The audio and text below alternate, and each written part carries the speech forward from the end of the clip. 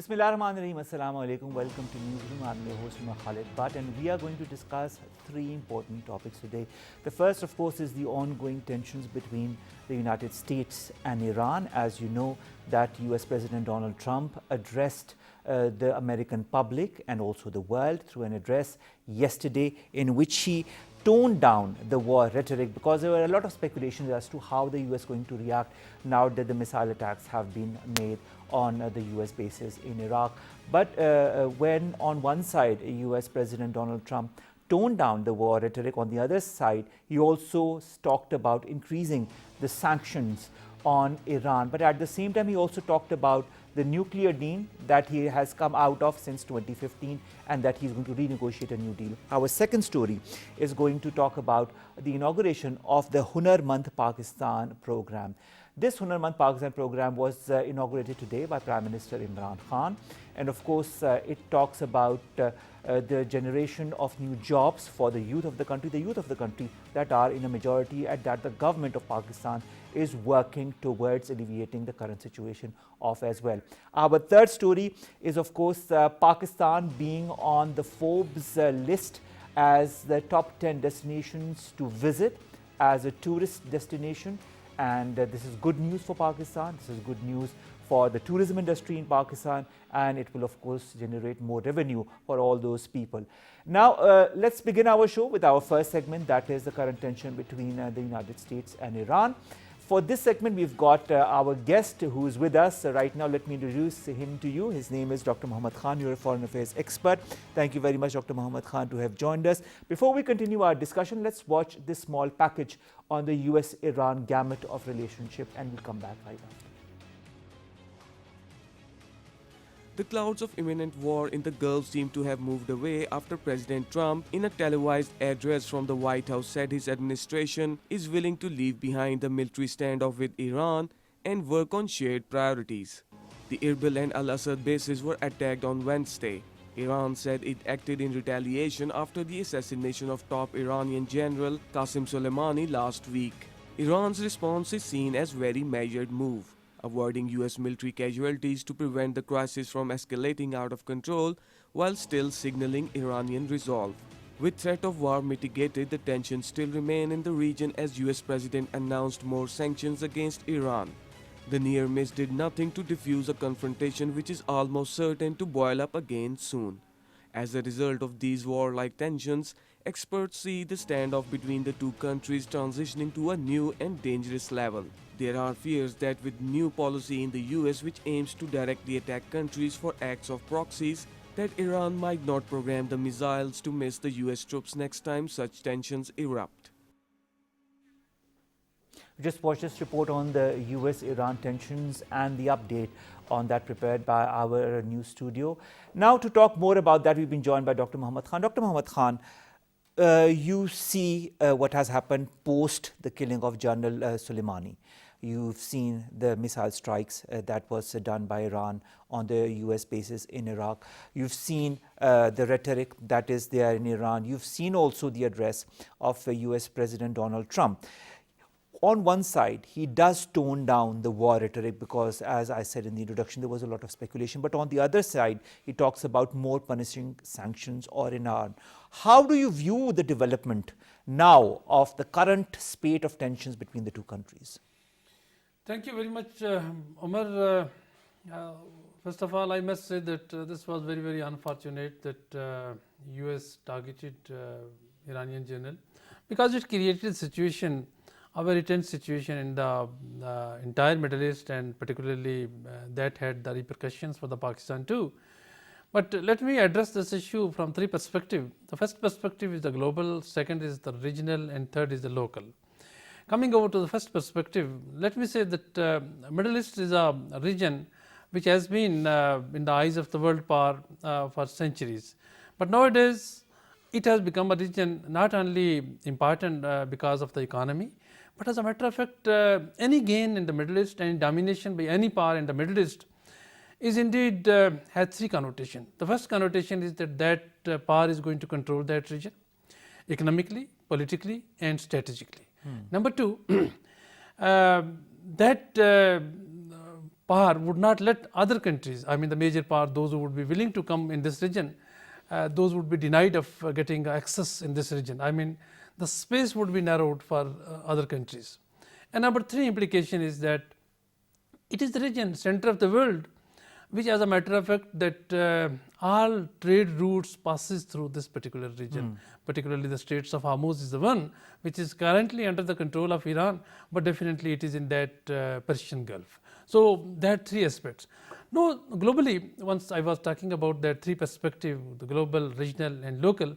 Globally, let me tell you, Amar, that United States of America is in the region with its central command dominating most of the Arab countries, and only country which is out of the scope of United States of America currently, it is Iran. And in 1979 it was one Iran, but with the passage of time you have seen that Iran has expanded. At least the Iranian ideology, the Iranian you can say that school of thought has now spread over to many other countries. Iraq is the one, Yemen is the one, Lebanon is the one, then other parts, Syria for that matter. Dr. Mohammad Khan, there's one thing that I really want to understand in all of this. When you hear the recent interviews of Jawad Zarif, the foreign minister of Iran, he talks about the US going out of this region, that it needs to remove itself from this region. Already the US is kind of limiting itself as far as Afghanistan is concerned. We know that, and slowly and steadily the troops will go out of Afghanistan. Will you or do you foresee, sir, in the current spate of tensions, retraction of US troops from this region as well? No, I have a very different perspective. Neither the US is going out of the region from the Middle Eastern region, nor it is going out of the Afghanistan in totality. Because in Afghanistan, US has 5 strategic objectives, and those strategic objectives, they are only to be taken care of if US presence, minimum military presence, and that too strategic presence is here, and that US will maintain even in case there is a deal between the United States and the Taliban. All right. Now coming over to the particular region, let me tell you that rather that we were expecting that after US announced a year back that it is reducing its troops from the Syria, but as a matter of fact it has increased its troops in Saudi Arabia. And in Saudi Arabia, for the protection, for the security of the Saudi Arabia, no, there is a formal deal between the United States and Saudi Arabia. But Central Command having its tentacles, the presence of the forces in Qatar for that matter, they are in the Saudi Arabia for that matter. I would say that they are everywhere in the Middle East except Iran. Now what's going wrong as far as the Iran or this tension is concerned? It is not only that US would like to have a war with the Iran, war is not going to be there. But as a matter of fact, US would like that Iran is the only country which is very, you can say, uprightly opposing the state of Israel. And Israel, as a matter of fact, is the beneficiary. Israeli state is the beneficiary for this entire development, because you have seen that in most of the cases, the GCC countries today, they are not opposing that front, I mean uprightly as far as the Israel is concerned. Practically, you have seen that issue of the Palestine has been put under the carpet. Therefore, the only country which is opposing the state of Israel, that is Iran.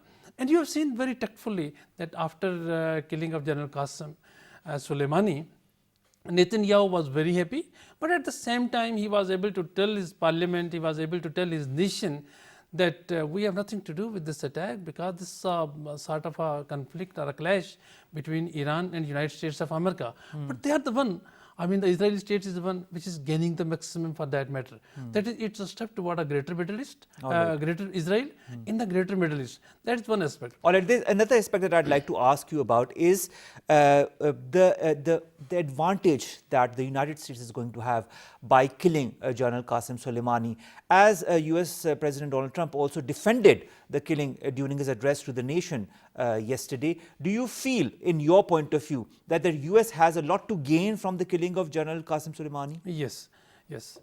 Because US would never attack any target, including the individuals or a force or a headquarter, until it is directly harming or damaging the US interest. And let me quote an example, that Daesh, they were serving the purpose of killing so many Shias for that matter in Iraq. But the moment, and US was quiet, the moment they started hitting the Kurdish population, US aircrafts, they suddenly attacked them, and many of the Kurdish, these Daesh people. But you know, US President Donald Trump did say that he had eliminated ISIS. No, indeed, they are the one behind this, and this is not me who is saying this. But as a matter of fact, your scholars, as a matter of fact, they say that they are the one who indeed brought this outfit out of the ashes of Al Qaeda. Now, coming over to why I was telling you that US is not going to pull out its troops from the Middle East. You know that in Middle East, Russia is coming into this region in a big way. Russia today has good relation with Turkey. It has good relation with Egypt, for that matter. It has good relation with Iran. And then China is slowly and gradually ingressing into the entire Middle Eastern countries in the garb of its soft power, that is in the form of the economy, and there is economic development, for that matter. The Chinese goods are usually consumed in this region, and these countries, they are having good relationship with the China, and this development is continuing for so many years. Now, US has a feeling that if Russia and China together, they get an ingress into this region, then this is going to be a narrow space for the United States of America. Therefore, the strategic calculus is something like that, that US is not going to pull out from this region. Rather, US is going to reinforce this region, and you have seen that 3,000 forces, they have, in addition to what it was already existing force level, that has been indeed added to this region. And then let me tell you another thing, that Iran is the only cause of disturbance in this region. I mean, the clash between Iran and the GCC countries. So, US would always like that Iran should continue present itself as a threat for the Middle Eastern countries, so that US should maximum exploit these countries in the garb of security of these countries. Now, the issue is that US is providing a security umbrella to almost all GCC countries and many other Arab countries, and in return US is gaining a lot, and that gain is in the form of three things. Number one, that politically US has a say in this region. Then economically, you know that many lot of resources, they are going into the US. Number one, that is the trade, and number two, the very important, that the war munitions. I mean, the clashes, they ask for the war munitions, and US war economy is revived because of that. All right. And number three, strategically, it is denial to either the China, or it is denial either to the Russia. When you talk of economic improvement as far as the United States' current state of affairs is concerned. Now, let's talk about the economic sanctions that US President Donald Trump has announced in his address to the nation on Iran. What kind of further implications do you feel this is going to have on a country like Iran? Yes, this is very important. Let me tell you that from 2003 onwards, and to be more specific, from 2005 onward, what has happened, that US has maintained its sanctions in Iran. But Iranian nation behaved in such a way that it indeed existed, and not only existed like what the Libya was there, or the North Korean indeed facing the economic crisis, but US Iranian nation existed with a lot of pride, and that pride was quite reflected once General Qasem Soleimani was killed, and the retaliation from the Iran. I mean, it was a huge gathering of the Iranian. Everybody came out, and they shown a solidarity with the government, with the general for that matter, and everybody asked for a revenge. Now, coming over to the sanctions, what is going to be the impact of this sanctions, implication of this sanction? I think US has already put sanctions on Iran. This is not something new. That's not something new. But is it going to have a further deteriorating impact on Iran? I think no. Reason, because Iran has already announced that since US is out from the nuclear deal of 2015, US pulled out from the deal in 2017, and some of the European countries, including China and Russia, they are asking Iran to maintain your promise and do not go for the uranium enrichment. In that particular case, I feel that these countries, they would still like Iran, that Iran should continue sort of you can say that economic activity with these countries, not with the US, but with these countries, and in lieu these countries would be feeding Iran for that matter. So, the implication sanctions are not going to matter a lot for the Iran, but something would matter which is not going to matter only for the Irans and the United States of America. That is something that Iranians have already decided that they will go out and they are going to enrich the uranium to the level of the weapon level, for that matter, the weapon grade. That has been enrichment. officially announced. in Right, fact. that has been officially announced. And no, US is on the back foot. Let me tell you that US is on the back foot. And why do you feel that is so? Because you know that it is going to be a direct threat to the state of Israel, and US is the country which is wholeheartedly protecting the state of Israel, because I mean, the Saudi Arabia should not be afraid, or our GCC countries should not be afraid of the Iranian nuclear program. All right. Speaking of Iranian nuclear power, now the US president in his address yesterday says, as long as I am president, Iran will not be allowed to hold nuclear weapons. Will that hold true? I think United States and many other countries, they have been indeed claiming in the past too, but Iran is very different as what it was the Libya. Iran is very different as what it was the Iraq, for that matter, because Iranian nation, they act very differently, and America definitely can do a lot, but in the long term and the long run, America cannot afford a war with a nation like Iran. So we have to understand that. And then so far the developments in the nuclear program of the Iran have been, I think it was not covert altogether, it was overt also. Exactly. Therefore, and let me tell you that it was a statement from the North Korean foreign minister once Muammar Gaddafi was killed. He said that had Muammar Gaddafi not surrendered its nuclear program, he would have not seen this day. So Iranians have learned a lesson that they are not going to surrender their power. Yes, that was a sort of a, you can say, negotiation or negotiated settlement of the nuclear deal between P5+1 and Iran. And I think in that deal too, Iran was the beneficiary. All right, now talking of the nuclear deal, the famous nuclear deal that was with P5+1 and Iran, that was that from which the US backed out. Now the US is talking of renegotiating a new deal of sorts with Iran as far as the nuclear armaments of Iran is concerned. How much of that will move forward in your point of view? But I have the realization that after announcement by the Iran that it is going to enrich its uranium to the weapon grade, I think indirectly US is going to ask the European countries, European allies like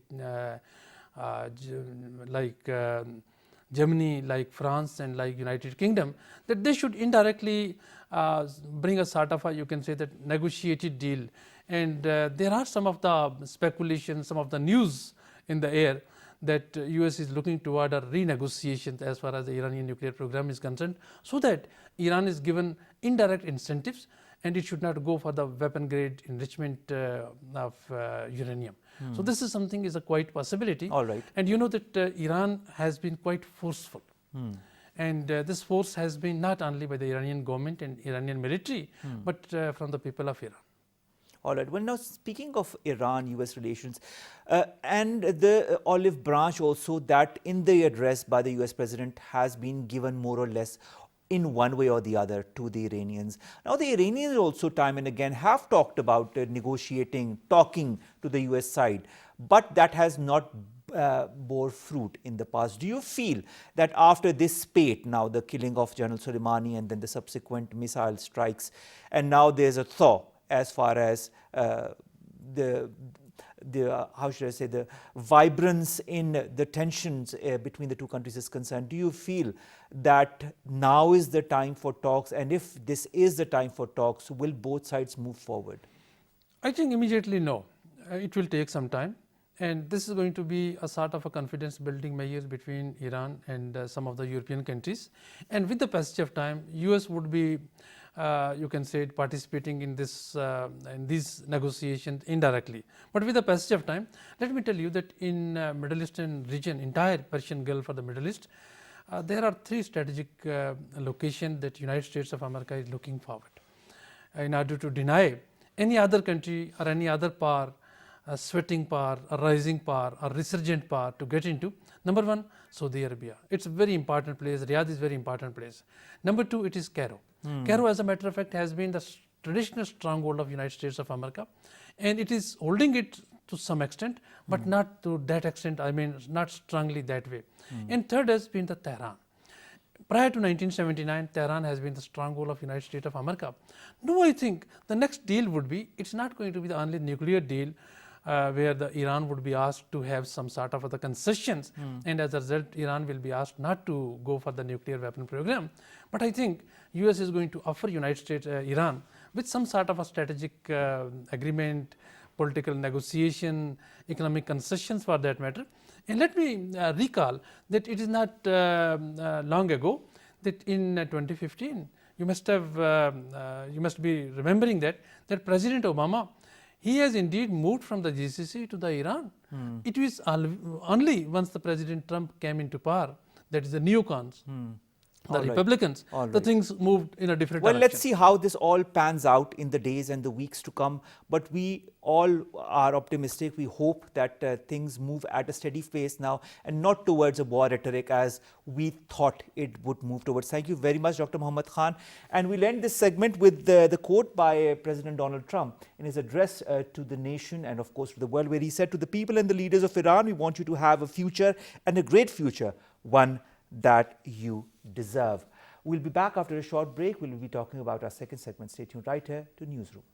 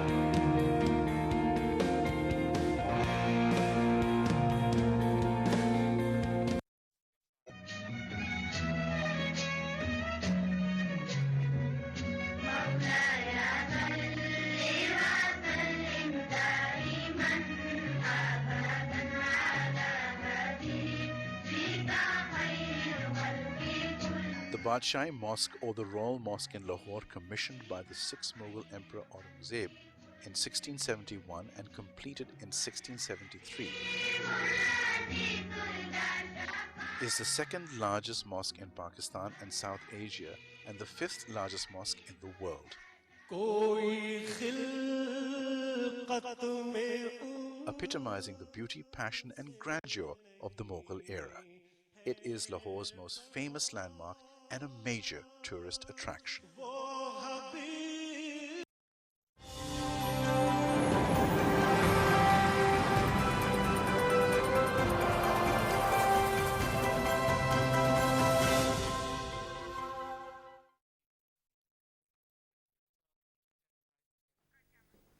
Welcome back. You're watching Newsroom. I'm Umar Khalid Butt, and our segment is about the inauguration of the Hunar Mand Pakistan program that was done by Prime Minister Imran Khan today in Islamabad. Now, our youth is in a majority in Pakistan, and Prime Minister Imran Khan, when his party came into power, when he became the Prime Minister, he talked about the youth of Pakistan and how he wants to empower them. Now, Hunar Mand Pakistan is one such step in that direction. Let us give you a couple of figures as far as the Hunar Mand program is concerned.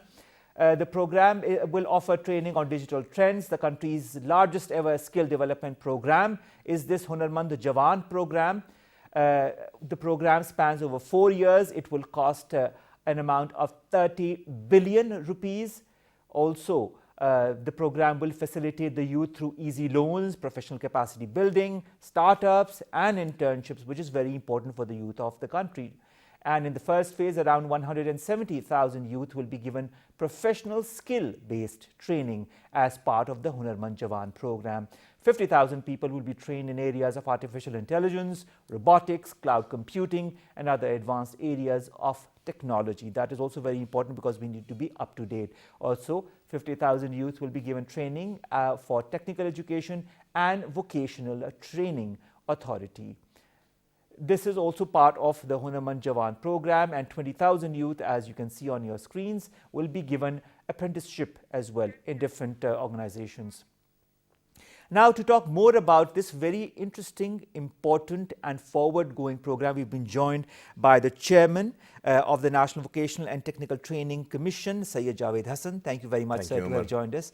Sir, I was watching the address of Prime Minister at the inauguration of the Hunarmand Pakistan program. A lot of effort has gone behind that. How much of emphasis does the current government, in your point of view, is giving to the youth of Pakistan?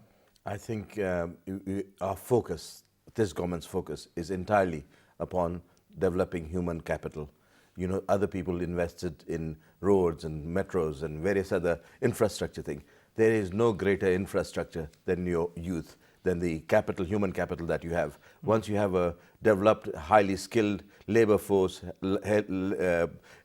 youth in Pakistan, they are skilled, they are trained, they are aware of the international technologies, what is applicable elsewhere.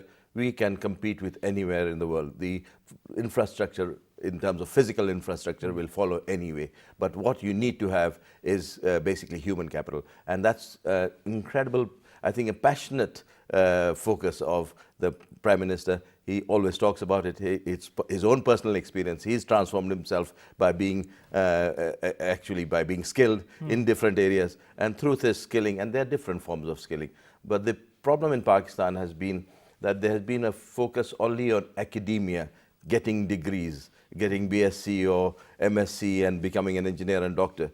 The world has changed significantly now. That's not where all the focus is. Skill-based training is very important, has become very important. In fact, you can have all the degrees in the world, but if you don't have a skill, many often companies don't want to hire you. And that's very often the case. We have cases where university graduate unemployment is much higher than for skilled labor.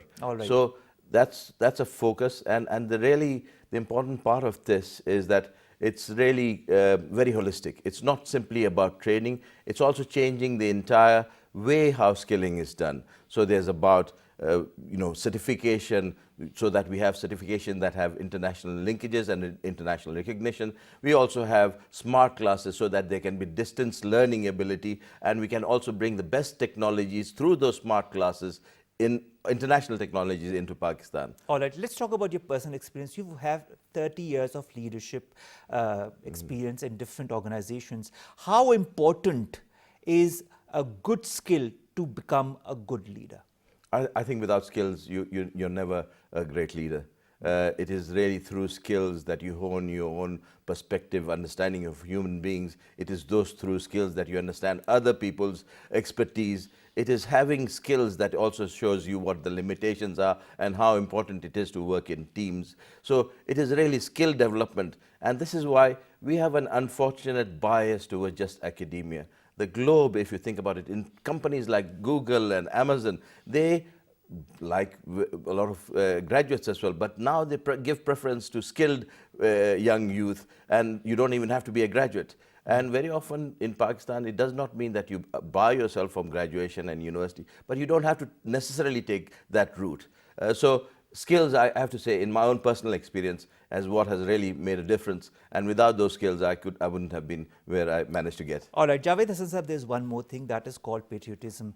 A lot of people we see lately are coming from abroad, including yourself, including other people who've worked abroad and now come back and serve the nation. Our Prime Minister also today said that the youth must understand the reason for the creation of Pakistan. This, I feel, was a very important point that he took out. Do you feel that our youth lacks that basic understanding of the reason for the creation of Pakistan, of that reason to be linked to Pakistan, of the reason to do something for the country in one way or the other? I think the youth is the hope of Pakistan. It's not the youth that I have concern about. It's very often my age people that I have more concern about. The youth are dynamic. They may not express the patriotism in the manner we like to. Obviously, they are youth, they have to be selfish, they have to think about their future. But in the way they are willing to give for this country is far more than many of my own, I'm afraid, my own age group people. So I have complete confidence in the youth. They very much live to the dream. But it is for us, those who are decision makers, those who are policy makers, that we should facilitate for this youth to harness all the skills and talents that are hidden within them. So it's not for the youth for us to say what the youth can give. We need to see how we can make it possible for the youth to give as much as possible. How important is capacity building in your point of view when it relates to skills to be imparted in the youth of Pakistan? Let me just, for a start, just a small element of correction. The program under which Hunarmand Pakistan comes is Kamyab Jawan. The Kamyab Jawan program is a holistic program which looks at entrepreneurship in terms of green youth, and Hunarmand Pakistan is a very important component which is focused on skill. True. So this, as you said, the question was capacity development. The 170,000 in the first phase, the total amount is 500,000 over 4 years, is just a catalyst. All right. Really very clear. We need to train every year about 2 million people. But it can't be the federal government alone that can do so. We are just setting the way, and then the private sector has to come and take over and actually then show us how it's really done. How has been the reaction from the private sector as far as programs such as this is concerned? Well, we are very closely working with the private sector. The whole idea is that there should be not one bit of skill training which does not lead to employment. And it will only lead to employment if we ensure that the skills that are given are what is in demand by the private sector. The private sector has responded very positively. In some of the training that is taking place, it's companies themselves who are joining hands with institutes and actually designing courses which are then obviously certified and accredited by NAFTEC. So really the idea is it has to be a very symbiotic relationship with the private sector. We can't do it by ourselves. And anywhere else in the world, it's the private sector that leads skills training. How important is vocational training and entrepreneurship? These are two words that a lot of people, especially our youth, do not understand the importance of. How will you impart that importance in the youth of Pakistan? How do you intend to do that? I think the best way to do it is by improving the quality. It has been such a poor quality of training in the past that very often, there's at least about 1.5 million skills jobs that are available every year. We produce about currently 400,000. Not all those 400,000 get jobs. There's something wrong in what we've been doing. So we need to improve the quality significantly in the training that is being imparted. We need to make sure that the institutes are accredited and providing the right kind of training. We need to make sure that the certifications are internationally recognized and locally the industry has confidence in them.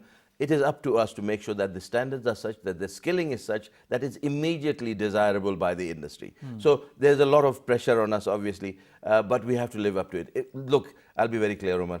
We don't have a room to fail in this. If Pakistan does not become a skilled nation like Korea and China and many of these countries which have recently seen becoming powerhouses, we will not really get the place that in the Committee of Nations that we need to.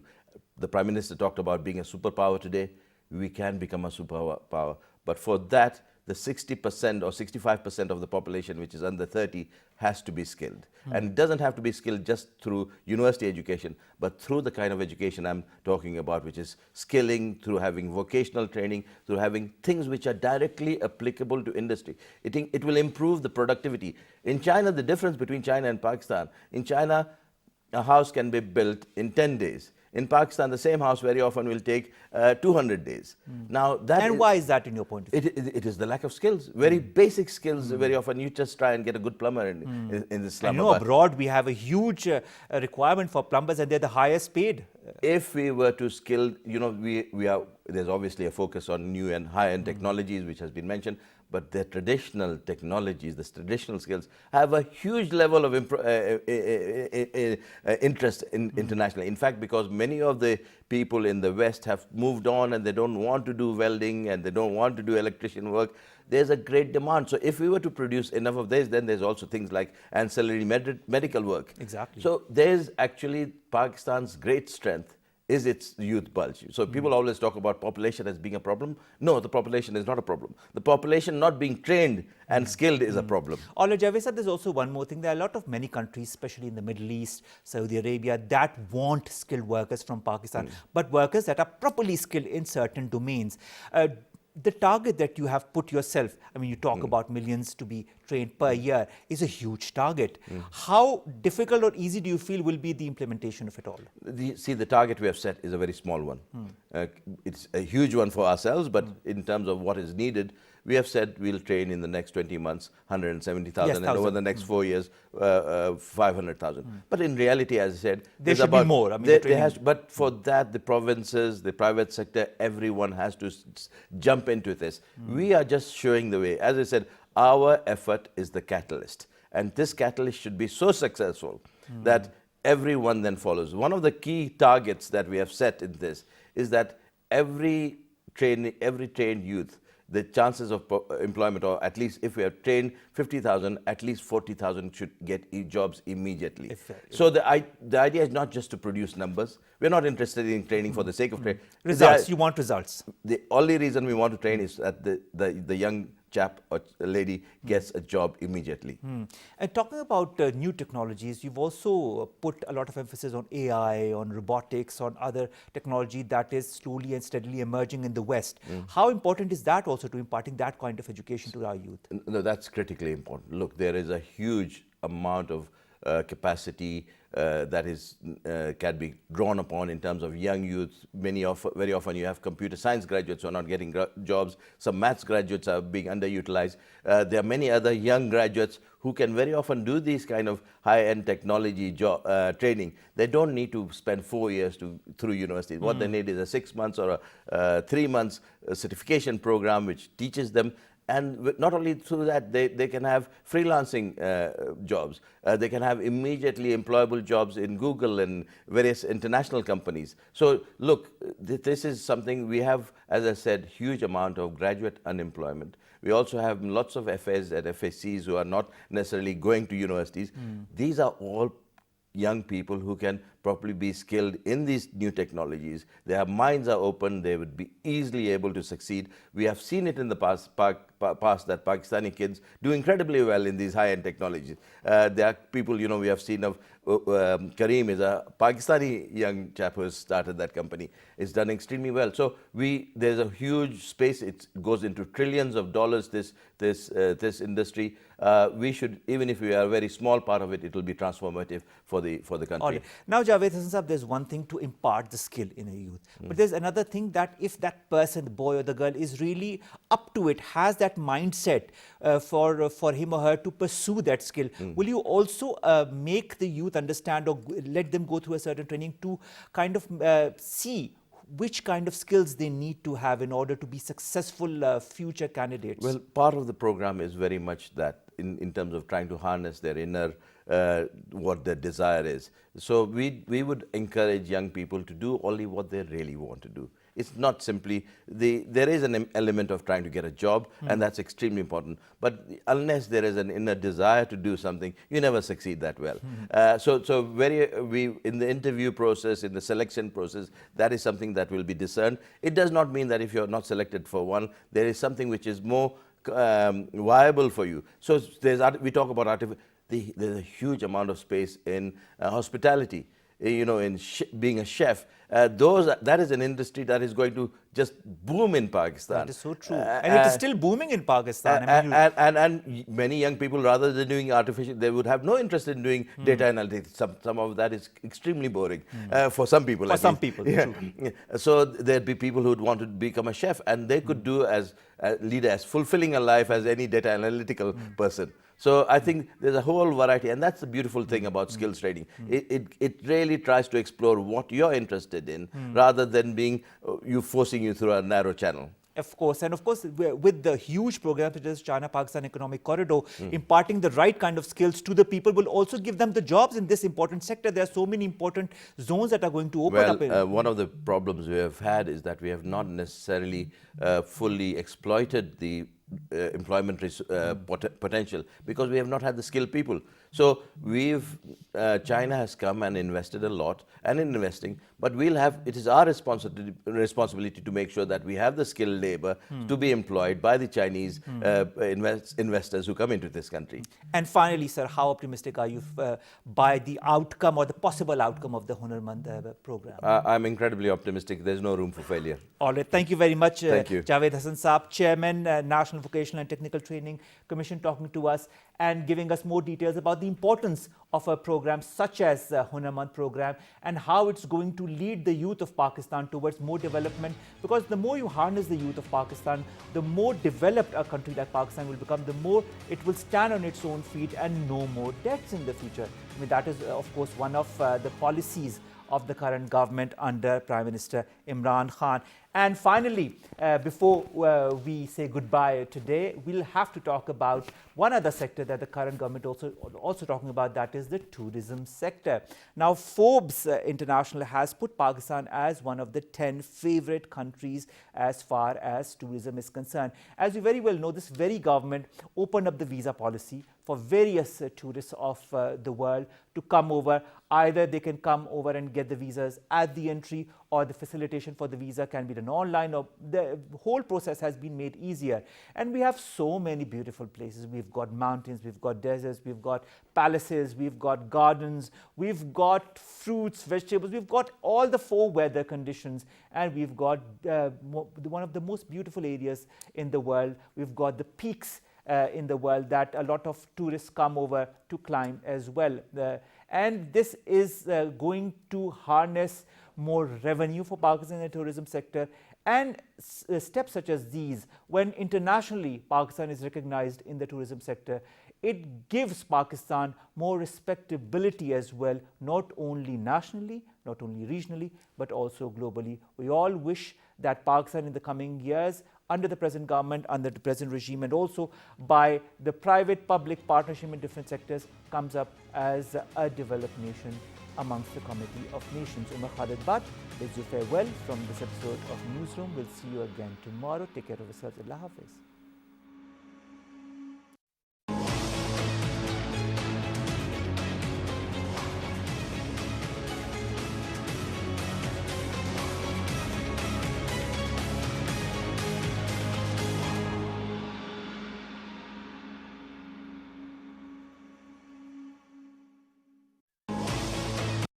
Post the missile strikes has been talking of de-escalation.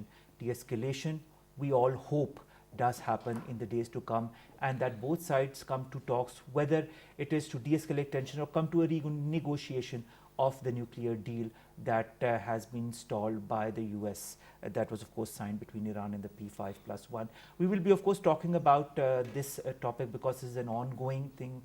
President Donald Trump also has to address the Congress, and we will know what he has to say about how the US will proceed post the attacks on the US bases. Till then, stay tuned on PTV World. We'll be updating you as and when more comes along that way. Ambassador Aslam Rizvi Sab, Brigadier Khalid Mahmood Sab, thank you very much. Thank you very much. We'll see you tomorrow, inshallah. Allah Hafiz.